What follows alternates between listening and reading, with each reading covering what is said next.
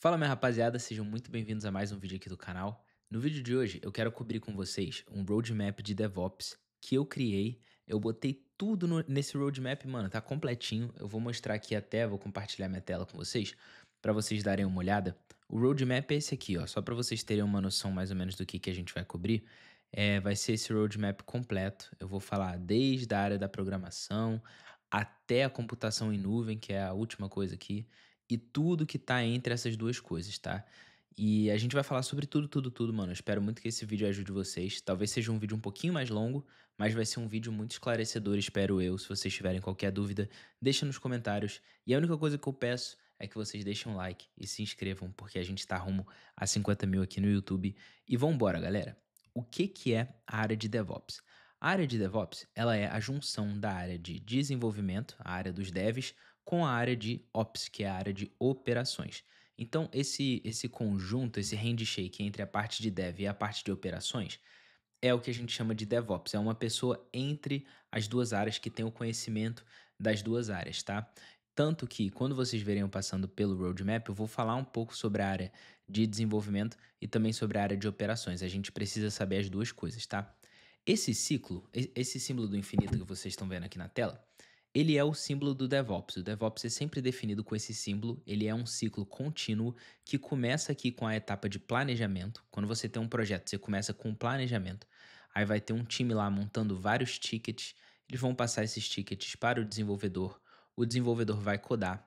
Ele vai buildar o código dele. Ele vai testar o código dele. E quando tiver tudo testadinho, a gente vai partir para a etapa de release, que é quando você faz o lançamento. Aí você vai fazer um deploy. Você vai operar o seu projeto em produção, você vai monitorar a sua aplicação em produção e aí você vai anotar tudo que você está reparando dentro da sua aplicação. Você vai ler os logs da sua aplicação, você vai ver se tem muitas requisições vindo, você vai estar monitorando todos os aspectos ali da sua aplicação para poder voltar para a parte de planejamento, que é o quê? Se tiver alguma coisa de errado, vamos planejar em como que a gente vai resolver esse erro. E aí a gente passa isso para os desenvolvedores, eles vão codar, vão buildar, testar e fazer todo esse ciclo mais uma vez. Então, esse ciclo aí é um ciclo contínuo que está sempre acontecendo e é a imagem que define DevOps. Partindo um pouco aqui para a direita, eu botei essa parte de comece aqui. O comece aqui, deixa eu dar um zoom out um pouquinho. O comece aqui é a coisa mais importante que você precisa saber logo para você iniciar nessa área, que é o quê? Você precisa entender o básico de programação, né? Você tem que entender como é que funciona a programação. E aí eu coloquei algumas linguagens que você pode começar. Pode ser Python, pode ser JavaScript, pode ser Java, pode ser outras também. Não se apegue nisso aqui, tá? A linguagem é só uma ferramenta. Eu, por exemplo, eu utilizo o Golang, não está aqui nessa lista. É uma linguagem mais utilizada agora, só que essas três são muito famosas e muito boa para iniciante, né? Porque tem bastante tutorial, bastante coisa, já são linguagens que estão aí há vários anos sendo utilizadas. Banco de dados. Ter o mínimo de noção, né? Então eu coloquei aqui um SQL, é importante você saber. E aí, juntando esses dois conceitos, eu anotei algumas coisas que seriam bom vocês saberem. A lógica de programação, que é por onde você vai começar, né? Aí você aprende um pouco mais sobre estrutura de dados, sobre algoritmos, que são coisas importantíssimas na programação. Aprenda sobre programação orientada a objetos, esse paradigma tão utilizado, né? E começa a pegar um pouquinho de uma ideia de herança e também polimorfismo. Essas coisas, né, vai te dar uma base muito boa de programação e você já vai começar a conseguir programar bem.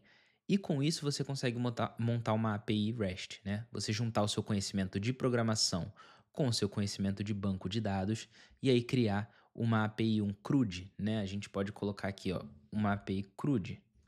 CRUD. Pronto. Você pode criar o seu CRUDzinho.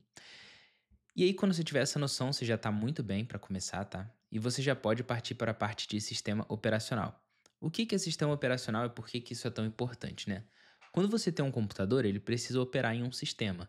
Os mais comuns são macOS, Windows e Linux. No nosso dia a dia, que eu falo mais comum no nosso dia a dia.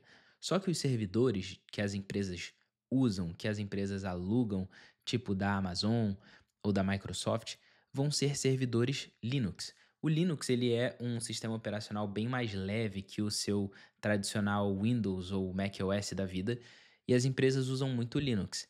Então é importante você saber Linux, entender um pouco mais sobre o que que é esse sistema operacional, talvez botar uma máquina virtual no seu computador rodando Linux para você poder começar a utilizar. E aí, uma vez que você começa a utilizar o Linux, é muito importante que você entenda os comandos shell, né? Quando você está rodando numa máquina, vamos falar assim: ah, eu quero acessar uma máquina num servidor da Amazon, ela vai ser uma máquina Linux e ela vai ter um terminal. É a minha maneira de me navegar ali dentro, né? Não vai ter uma interface para eu mexer.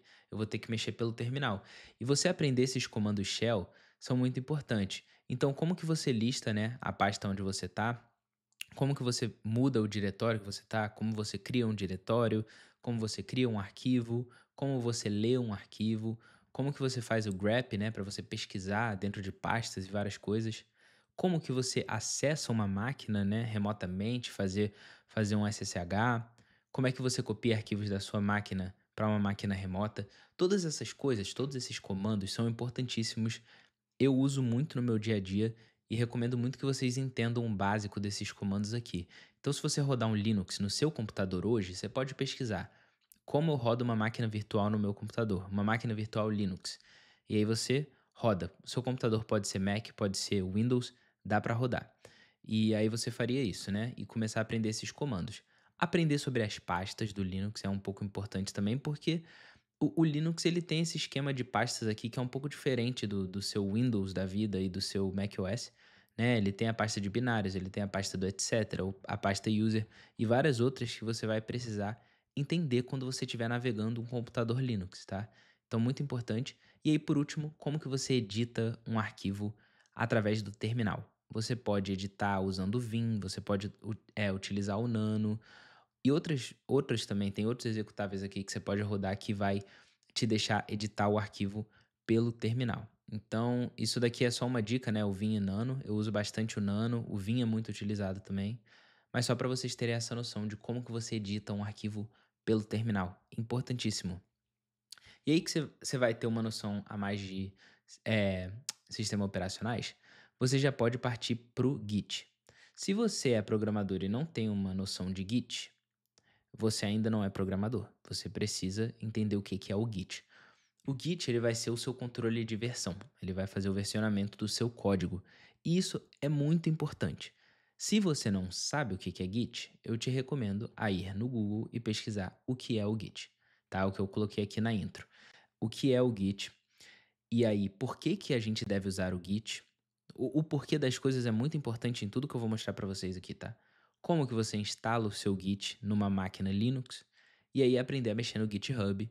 Todo programador precisa aprender a mexer no GitHub. É onde você vai botar os seus projetos, é onde você vai ver o projeto dos outros, é onde você vai acessar projetos e fazer várias outras coisas. Uma vez que você entendeu o básico do Git, você vai aprender os comandos do Git para você rodar no terminal. Lembra, o terminal é muito importante aqui, tá? Como que você vai criar uma branch, como que você vai iniciar ou clonar um repositório, como que você vai fazer o seu primeiro commit, isso daqui é importante. Como que você vai fazer o fetch, o pull e o push do seu código ou do código remoto, né? Como é que você vai merge o seu código? Como é que você vai mergear o seu código numa branch, que é mais compartilhada entre pessoas, né? Como é que você pega o código na sua branch e joga na branch develop, né? Coisas desse tipo. Ou como que você pega o código que está na branch develop e joga na sua branch. O merge é muito importante. E aí a gente entra na parte de colaboração também, porque o Git não é só sobre você, é muito sobre a colaboração e como que você trabalha em equipe junto com outros programadores. Aí, nisso, eu coloquei o quê? Aprender a abrir um PR. Se você não sabe abrir um PR no Git, aprenda a abrir um PR, é bem fácil. Aprender a revisar o PR, ou seja, uma pessoa fez um PR e aí ela quer que você seja a pessoa que vai revisar o PR dela, você tem que aprender a revisar um PR, aprender a ler o código que a pessoa escreveu. Aprendeu a ler o código que os outros escreveram é muito importante. Isso para desenvolvedores e para pessoas querendo vir para o mundo de DevOps. Tanto que eu coloquei aqui entender uma code base. E aí coloquei algumas coisas mais avançadas que pode ser interessante para a galera que não conhece muito sobre Git, entender sobre Git Flow, praticamente a maioria das empresas usa isso. Entender sobre tokens de acesso, você vai ter o token de repositório, token de usuário, coisas desse tipo, entender como que eles funcionam, aprender os hooks do Git, Isso daqui é interessante. Não é necessário, tá? Vou falar mais opcional, mas é interessante. E você aprender sobre Rebase em algumas empresas é muito bom. Em alguns casos específicos você também vai precisar. E o Cherry Pick de novo. Em alguns casos específicos você vai precisar rodar esse comando do Git aqui, o Cherry Pick. Beleza. Agora, tendo uma visão total de Git aqui, já entendendo as coisas bem, como que você faz o versionamento do seu código, a gente vai partir para o ponto crucial da vida de um DevOps, que são os containers. O container, ele vai te permitir portabilidade, isolamento, consistência e várias outras coisas. Os containers são muito importantes, muito mesmo, e você precisa dominar isso aqui, dominar tudo isso aqui, cara. Muito, muito importante. Na intro, eu coloquei o seguinte: você entender a diferença entre VM, que é a máquina virtual, e um container. Por que que a gente usa VM e por que que a gente usa o container? Qual foi o motivo pelo qual as pessoas criaram um container? O porquê, lembra? É muito importante. Por que que a gente precisa usar os containers, né? Igual eu falei, entender esse conceito de portabilidade, consistência, isolamento é muito importante. Você entender o que que é Docker e como que você vai instalar o Docker na sua máquina Linux. E agora na prática, o que que você precisa entender? Você precisa entender o que que é uma imagem e como que você vai criar a sua primeira imagem Docker.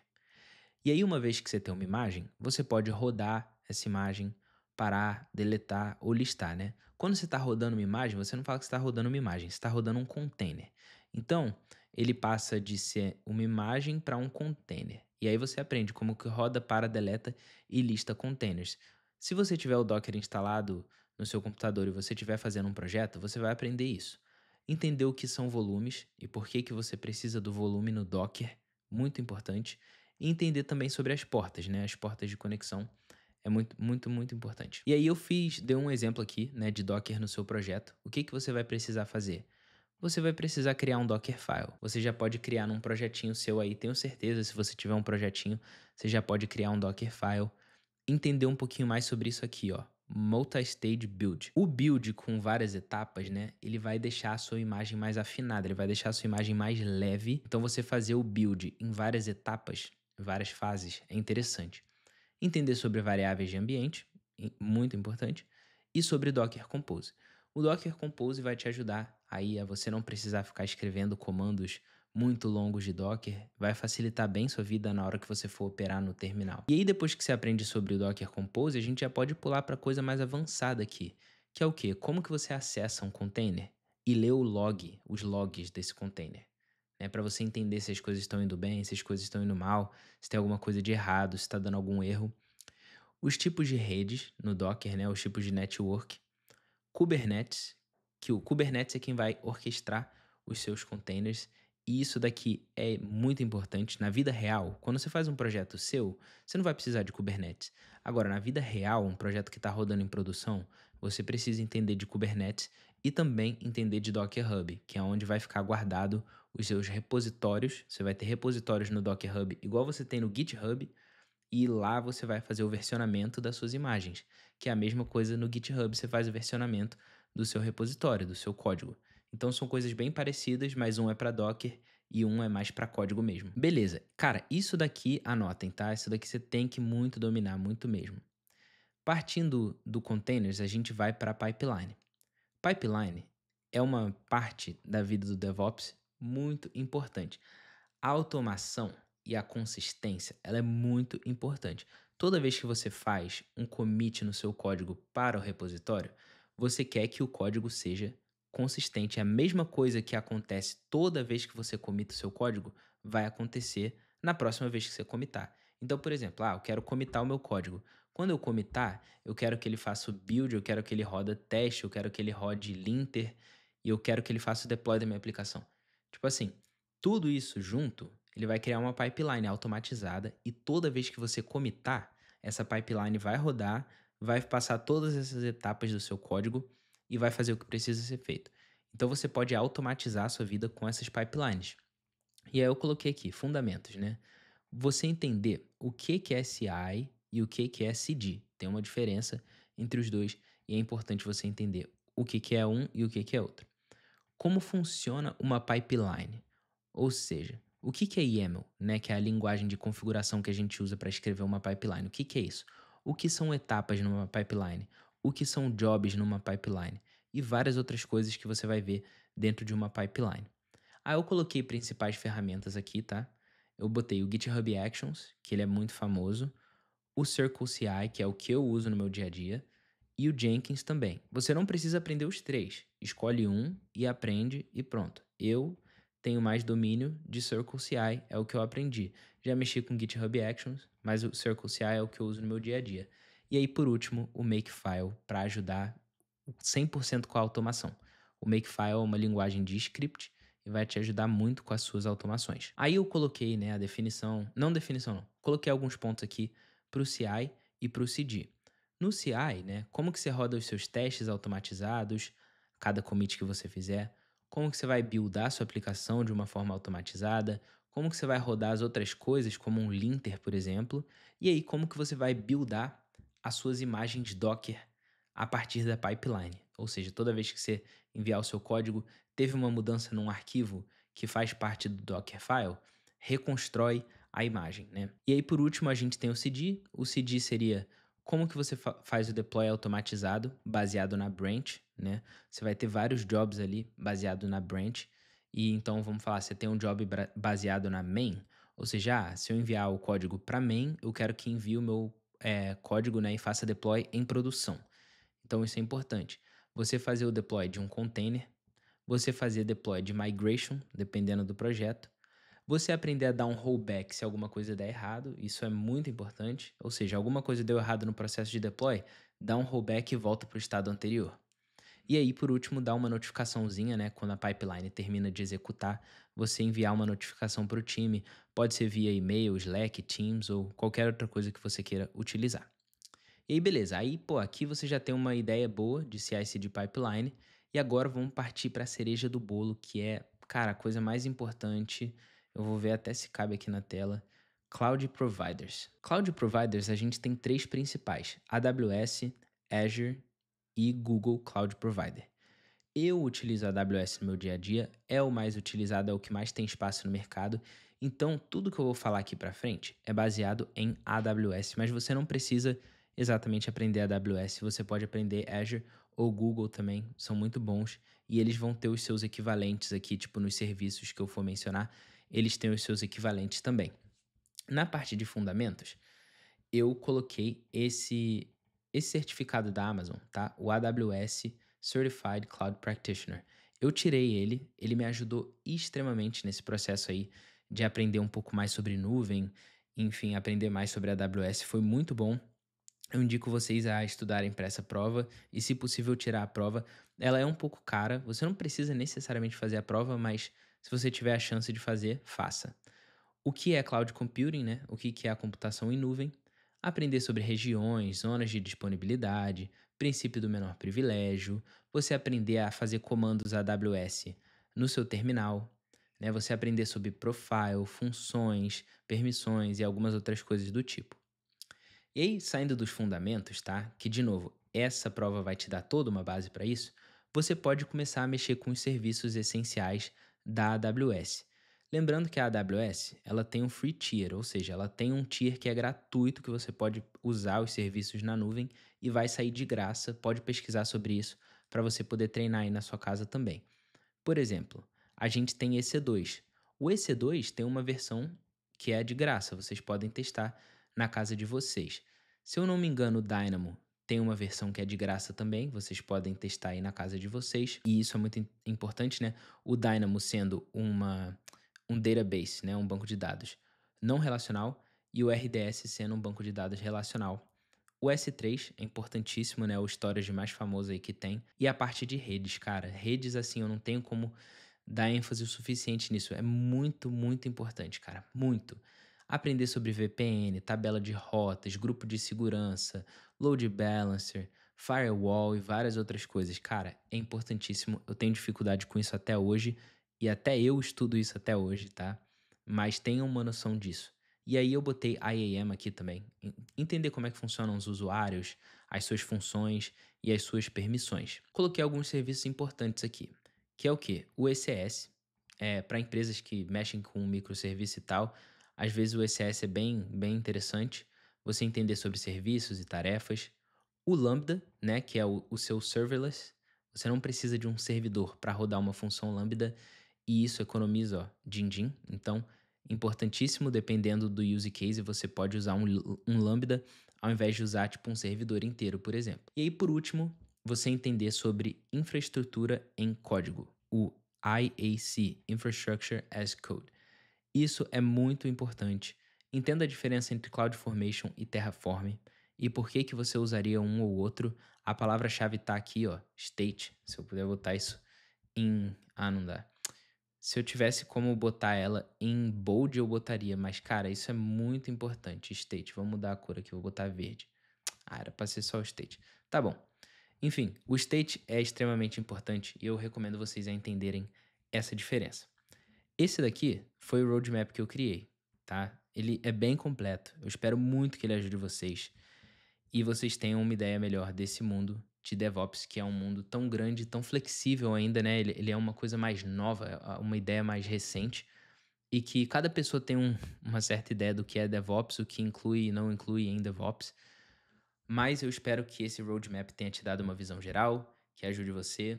Lembrando, se você curtiu esse vídeo, deixa um like, se inscreve. E por hoje é só, minha rapaziada. Tamo junto. Muito obrigado por assistir até aqui. Valeu, falou e é nóis.